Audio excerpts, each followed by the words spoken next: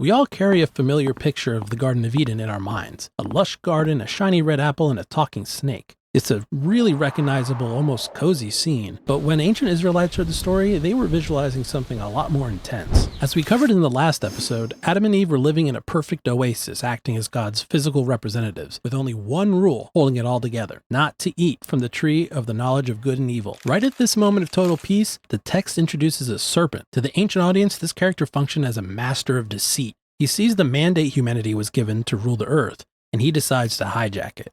He does this with a brilliant psychological strategy. He plants a seed of doubt about God's character. He subtly suggests that God is holding out on them, keeping the best things for himself. The temptation of the tree of the knowledge of good and evil, say that 5 times fast, wasn't about gaining basic intellect. In the ancient world, knowing good and evil meant having the wisdom to dictate right and wrong for yourself, and to completely bypass God's wisdom. Eve took and ate the fruit, then gave some to Adam. And the immediate fallout is devastating. The harmony shatters, and for the first time, they experience shame and try to cover themselves up with fig leaves. And when God walks through the garden, he sees his partners are hiding in the bushes. When God confronts them about eating from the tree, we see the very first breakdown of human relationships. Adam immediately points the finger at Eve, and really implicitly at God, saying, "The woman you put here with me, she gave me the fruit." And Eve points the finger at the serpent. No one takes responsibility. The consequence of seizing this autonomy is that they can no longer remain in that localized paradise. They're exiled from the garden, sent out into the dust that they were made from.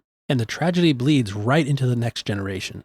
In Genesis chapter 4, we meet their sons, Cain and Abel, and they're living outside of Eden trying to survive in the wild. Cain works the soil, and Abel keeps the flocks. They both bring offerings to God, and the text tells us that God looks with favor on Abel's offering, but rejects Cain's. And this story focuses heavily on Cain's reaction. He's absolutely furious. His face falls. He's instantly consumed by jealousy and resentment. Before things spiral, God steps in and gives Cain a very specific, chilling warning.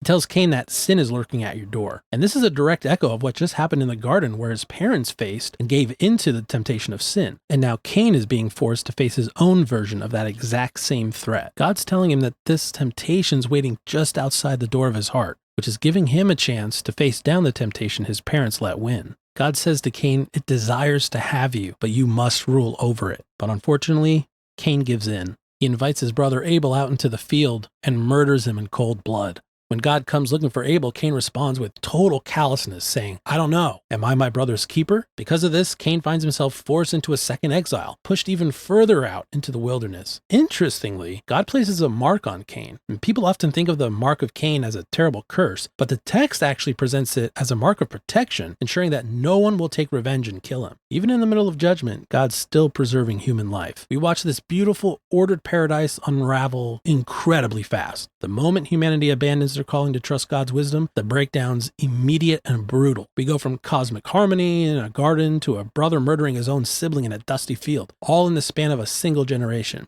And as we're about to see, this family dysfunction is really just getting started.